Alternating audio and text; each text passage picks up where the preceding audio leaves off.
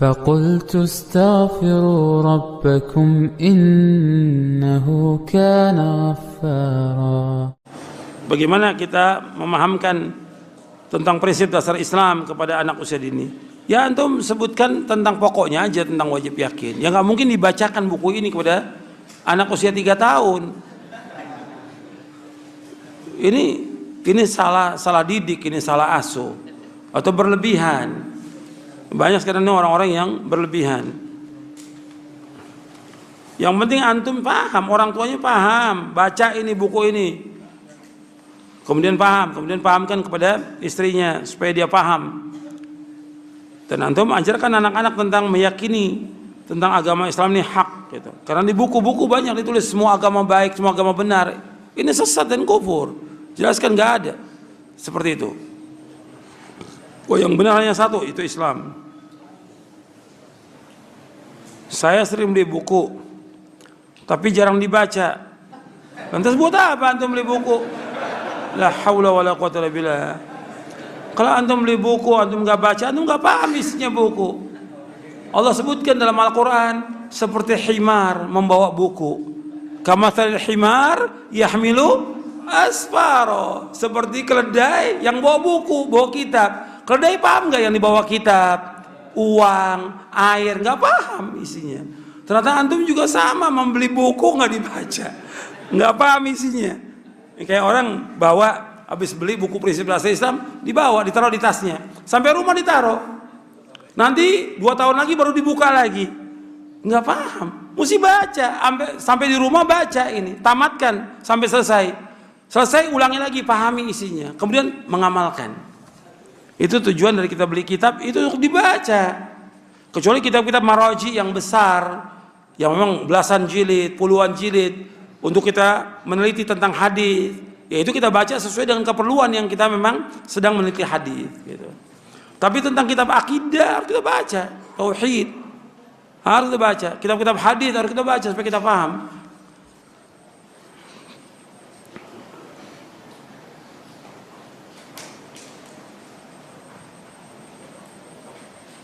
Apa hukumnya jika ada orang yang menunda sholat yang wajib karena menghadiri rapat? Alasannya rapat penting. Ya lebih penting sholat daripada rapat. La haula wala quwwata illa billah. Yang lebih penting itu sholat. Dari semuanya yang ada, sholat. Dan sebaik-baik amal sholat, kata Nabi, wa'lamu anna khaira a'malikum as-sholat. Perhatikanlah, sebaik-baik amal kalian adalah sholat. Sholat. Maka harus kita perhatikan tentang masalah sholat itu. Sholat ini perhatikan, sholat. Jadi ketika kita kerja, dagang, usaha, rapat, begitu tiba waktu azan, berhentikan semuanya. Sholat dulu. Karyawan kita yang kerja, suruh berhenti, sholat dulu. Baru nanti lanjutkan. Sholat itu penting. Ini tiangnya agama. Dan yang pertama dihisab dari kiamat masalah apa? Sholat. Yang disuruh kita mengajarkan kepada istri, anak, pertama kali tentang tauhid dan sholat. Itu perhatikan itu. Tentang masalah takdir, gimana kita mengajarkan kepada anak-anak. Yang penting kita paham dulu. Tentang rukun imannya, biar mereka hafal. Tapi untuk memahami, meyakininya kita dulu paham. Yang penting dia udah tahu bahwa kita wajib mengimani takdir baik dan buruk. Gitu. Ketika dalam kejadian sesuatu yang terjadi, kita jelaskan kepada dia, ini udah takdir Allah. Apapun yang menimpa dia, kita jelaskan kepada dia. Sehingga dia paham nantinya ketika ada sesuatu terjadi atau musibah atau yang lainnya.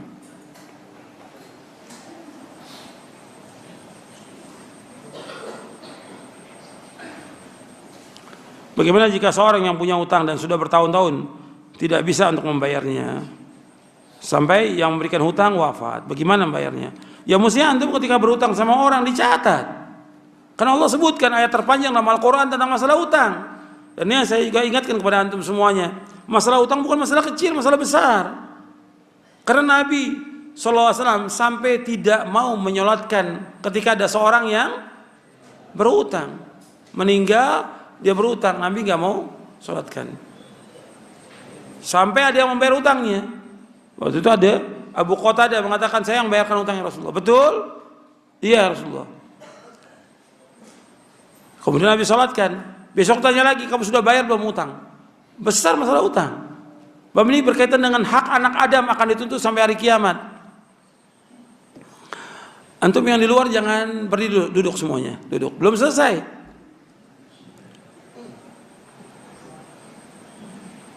Jadi masalah utang masalah besar yang antum harus perhatikan masalah utang ini. Antum harus bayar. Ketika antum nggak mampu untuk bayar, antum datangi orangnya. Kan di kita ini banyak. Ketika dia mau minjam, SMS, telepon, datang, nangis, segala macam sudah. Begitu dapat uangnya, nggak ada kabar lagi. Mestinya kan dia kasih kabar. Antum, saya udah janji sebulan untuk ganti. Sekarang belum ada saya. Sampaikan, datangin ke rumahnya. Nanti bulan depan juga belum bisa bayar, antum datangin lagi. Ini kan nggak ada kabar. Seolah-olah dia nggak punya utang. Datang ke pengajian, seolah dia nggak punya utang. Padahal dia utang sama orang banyak. Ini orang nggak punya malu ini. Mestinya dia ngomong, afwan nanti belum bisa bayar. Juga yang berutang ketika dia tahu bahwa orang itu betul nggak punya, nggak ada yang dijual untuk dibayar, sedekahkan.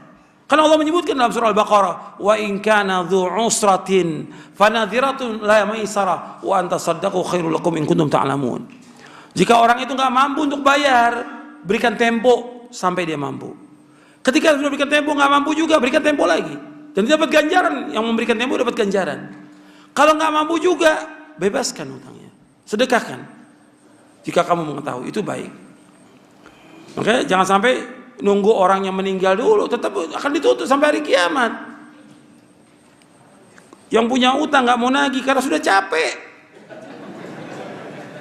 Ditagih alasannya begini, tagih alasan begini. Menuntut ilmu itu wajib. Bagaimana kalau orang tua belum mengizinkan? Ya antum jelaskan kepada dia bahwa ini pengajian manfaat dan untuk saya, untuk kedua orang tua saya, kedua orang tua dan juga untuk kehidupan saya dunia akhirat. Dan saya ingin jadi orang yang baik dengan kita nuntut ilmu ini. Jelaskan, saya ingin jadi anak yang soleh Pak, Ibu. Jadi jelaskan dengan baik-baik, insya Allah dia akan paham.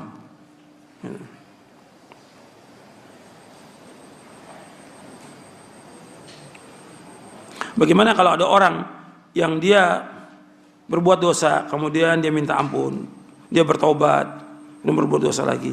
Ya tetap dia nggak boleh sekali menghalalkan perbuatan dosa itu. Tetap dia harus minta ampun.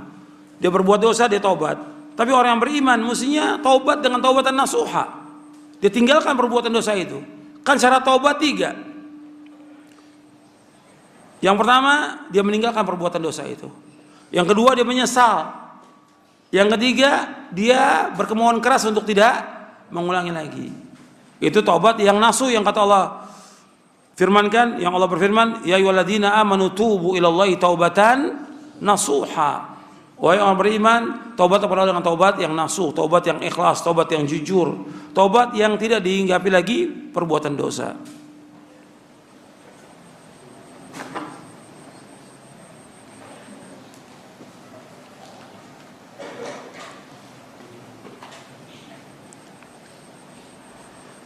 Saya ini mu'alaf. Bagaimana saya membantu pemakaman orang Kristen, karena itu nenek kita. Kalau menguburkan jenazah, kan Nabi pernah SAW menyuruh Ali bin Abi Thalib. Abu Thalib mati dalam keadaan kafir. Ali mengatakan kepada Nabi Muhammad SAW, ya Rasulullah, sesungguhnya pamanmu yang sesat mati. Kemudian kata Nabi kepada Ali, fawari abak, kuburkan bapakmu. Artinya Ali disuruh untuk mengurus penguburan bapaknya. Tapi ketika sudah ada yang mengurus, ya nggak perlu kita hadir. Ini kan berkaitan dengan pemakaman, nggak ada yang mengurus Abu Thalib kecuali Ali anaknya. Maka Ali yang mengurus, dia menggali, menguburkan bapaknya Abu Thalib dengan saudaranya, artinya anaknya Abu Thalib. Ya Ali, Aqil dan yang lainnya.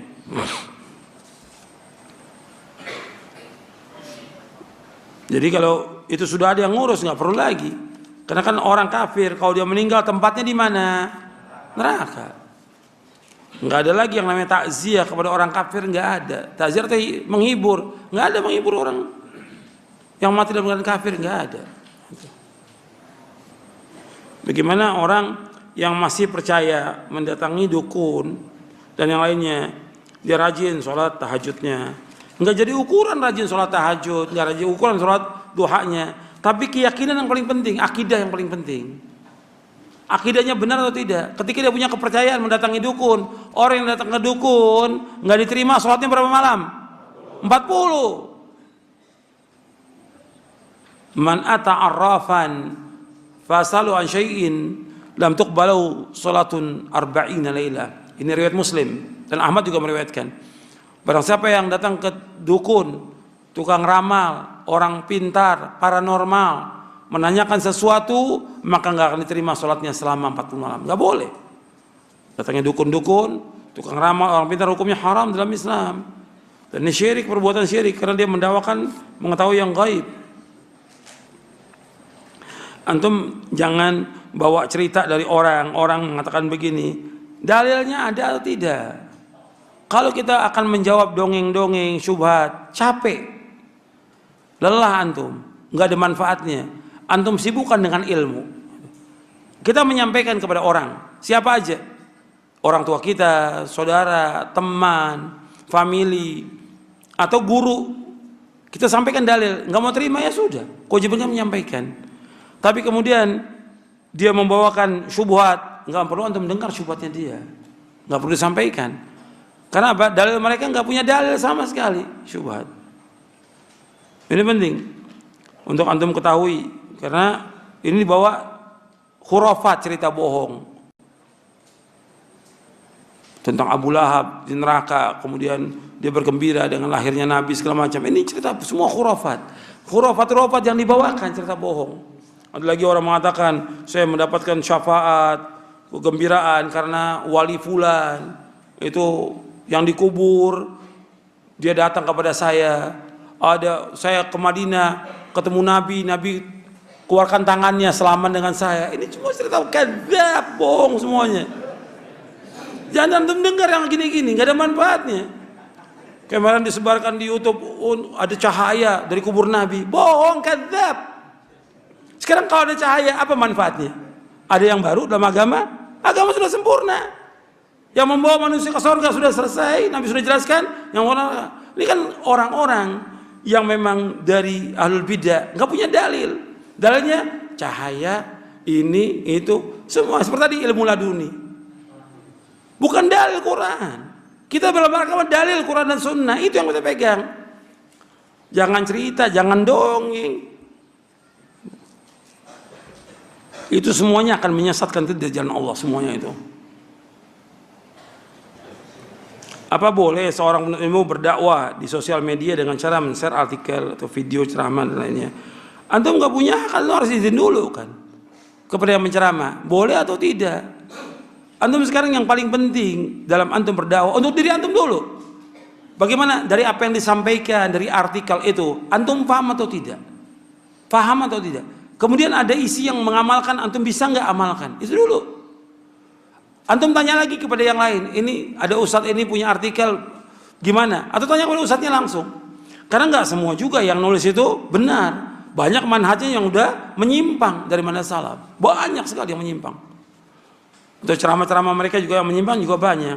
Jadi yang terbaik bagi antum berdakwah buat diri antum dulu. Pahami, belajar, amalkan, sampaikan kepada keluarga. Tadi yang saya bawakan penjelasan Abdullah bin Mas'ud apa? Ta'allamu fa idza 'alimtum fa'malu. Belajar, kalian belajar, kalau sudah kamu belajar amalkan. Bukan nanti keasikan dengan nge-share antum enggak baca lagi. Dianggapin dapat pahala sehingga antum mengajak orang tapi antum enggak mau diajak untuk kepada kebenaran. Dan yang terjadi. Dan orang kalau sudah seperti itu lama-kelamaan setan menggoda, oh berarti antum ini udah jadi dai. Ustadz kabir antum nih sudah bisa nge-share kemana-mana, padahal nggak punya ilmu sama sekali, tong kosong nyaring bunyinya gitu. Makanya nih jangan antum jadi ustadz medsos, jangan. Antum jadi talibul ilm gitu, yang bermanfaat buat antum dan keluarga. Adapun para dai punya kewajiban untuk menyampaikan. Bagaimana kita menyikapi suami yang malas sekali dan terlalu belum? Antum berikan semangat. Ya, kalau dia nggak mau baca, ya antum bacakan, ya anti bacakan. Jadi minta kepada suami tolong dengarkan ini 1 menit atau 2 menit, bacakan yang penting-penting dari buku yang antum sudah ketahui. Atau juga kalau bisa ada di rumah itu TV roja atau radio roja supaya suami juga mau dengarkan. Hatta cuma 5 menit, nggak ada masalah. Tapi perlahan-lahan karena perlu waktu yang lama untuk memahamkan orang-orang seperti ini. Sebab ketika si istri keras kepada suaminya, yang terjadi perceraian, dan itu banyak terjadi. Karena si istri udah lebih dahulu ngaji, suaminya belum. Si istri tetap maksakan suaminya untuk ikut kepada sunnah. Suaminya nggak siap, dipaksa karena pengaruh kerjaan, pengaruh dunia, pengaruh usaha dia, pengaruh teman-teman dia yang jelek. Itu pengaruhnya luar biasa untuk menghalangi dia jalan Allah. Belum lagi pengaruh setan. Makanya perlu sabar bagi anti untuk mendakwakan kepada suami. Perlu waktu yang panjang. Kalau suami kepada istrinya, karena kewajiban suami. Istri wajib taat untuk mengikuti Quran dan Sunnah. Suami harus ditaati. Tapi ketika istri nggak ada kewajiban suami taat kepada istri, nggak ada. Tapi tetap berusaha terus untuk mendakwakan dengan cara yang baik. Bagaimana kalau seandainya istri keluar rumah menuntut ilmu, ya tetap harus izin dengan suaminya. Dan nggak boleh safar, harus izin dengan suami. Ketika dia keluar rumah harus izin, karena tempatnya wanita di rumah. Bagaimana kita menghadapi pemimpin yang tidak adil? Ya sabar kita. Nabi menyuruh sabar. Ketika nanti ada penguasa-penguasa yang zalim, Nabi suruh sabar. Bukan memberontak, bukan demo. Nabi suruh sabar. Isbiru, sabar. Nabi suruh sabar. Yang lebih tahu tentang penguasa-penguasa ya Nabi SAW. Tentunya firman wahyu dari Allah Ta'ala.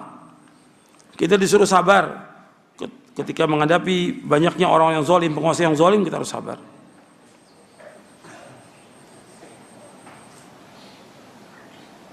Apa diantara penyebab orang yang sudah dapat hidayah sunnah kemudian dia berbalik kepada kesesatan? Ya banyak sebabnya. Ya sebabnya tadi dia nggak bersyukur dengan nikmat hidayah dari Islam dan sunnah. Dia nggak syukuri nikmat itu. Dia tidak nuntut ilmu syar'i. Kemudian dia tidak mengamalkan ilmu syar'i. Kemudian kadang-kadang juga dia sombong, menolak kebenaran itu. Kemudian juga disibukkan dia dengan dunia. Dunia ini banyak menyesatkan manusia. Dunia ini mata'ul gurur. Banyak orang udah dapat hidayah, tadinya ngaji, tapi kemudian apa? Ya ada usahanya maju, dagangnya maju, kemudian dia mendapatkan kedudukan di kantornya dia, dinaikkan jabatannya, udah lupa semuanya. Nggak ngaji lagi, nggak nuntut ilmu lagi, nggak baca Quran lagi, nggak hadir lagi di majelis ilmu, nggak baca buku-buku yang bermanfaat. Habis waktunya untuk dunia. Itu yang membuat dia sesat. Dan ini banyak. Dan kemarin sore saya sampaikan tentang dunia ini lebih jelek dari bangkai kambing. Dunia ini nggak ada harganya meskipun hanya seberat sayap nyamuk. Buat apa manusia sibuk dengan umur 70 tahun untuk mencari dunia? Bodoh. Orang yang beriman kepada yaumul akhir dan orang yang akalnya waras mesti mementingkan akhirat daripada dunia. Tapi Allah sudah ingatkan dalam Al-Quran dan Nabi baca setiap salat Jumat surah Al-A'la, bal tu'thirunal hayatad dunya wal akhiratu khairu abqa. Bahkan kalian lebih utamakan kehidupan dunia padahal akhirat lebih baik dan lebih kekal. Banyak manusia lebih utamakan dunia sehingga dia sesat dengan sebab itu. Kemudian juga banyak teman-teman dia yang jelek, yang tidak baik, sehingga apa? Membawa dia kembali kepada kesesatan. Makanya ketika antum sudah tahu tentang sunnah dan antum menjauhkan perbuatan syirik, bid'ah dan yang lainnya, antum istiqomah di jalan yang hak ini. Cari teman-teman yang soleh, jangan kembali lagi kepada teman yang lama, akan balik lagi kepada bid'ah lagi, kepada kesyirikan lagi, kepada dunia lagi yang menyesatkan. Kita wajib untuk mencari nafkah, wajib. Cari maisha wajib, tapi sekedarnya. Tujuan hidup kita bukan untuk dunia, tujuan kita hidup untuk akhirat, untuk surga. Dunia sekedarnya, yang penting cukup buat kita, istri kita, anak kita cukup sudah. Buat kedua orang tua kita cukup udah. Itu yang penting. Yang kita cari akhirat bukan dunia.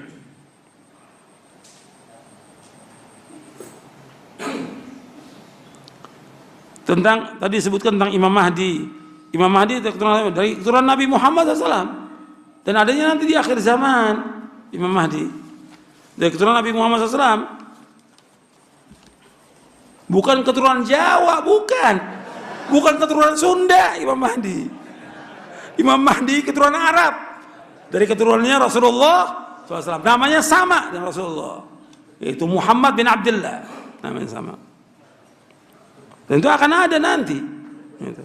Sekarang kan orang ketika mengalami kesulitan, kesusahan, dizolimi, mulai munculkan Imam Mahdi ini, Imam Mahdi ini. Ini semuanya kesesatan. Kondisi kita akan diangkat derajat kita oleh Allah kalau kita memenuhi syarat. Syaratnya apa? Menolong agama Allah. Dengan apa? Dengan terus menuntut ilmu, mengamalkan ilmu, dan terus berdakwah, memperjuangkan agama ini, baru akan tolong. Bukan sibuk dengan dunia, bukan sibuk dengan politik, bukan sibuk dengan demokrasi. Allah nggak akan memberikan kejayaan dengan demokrasi, tidak.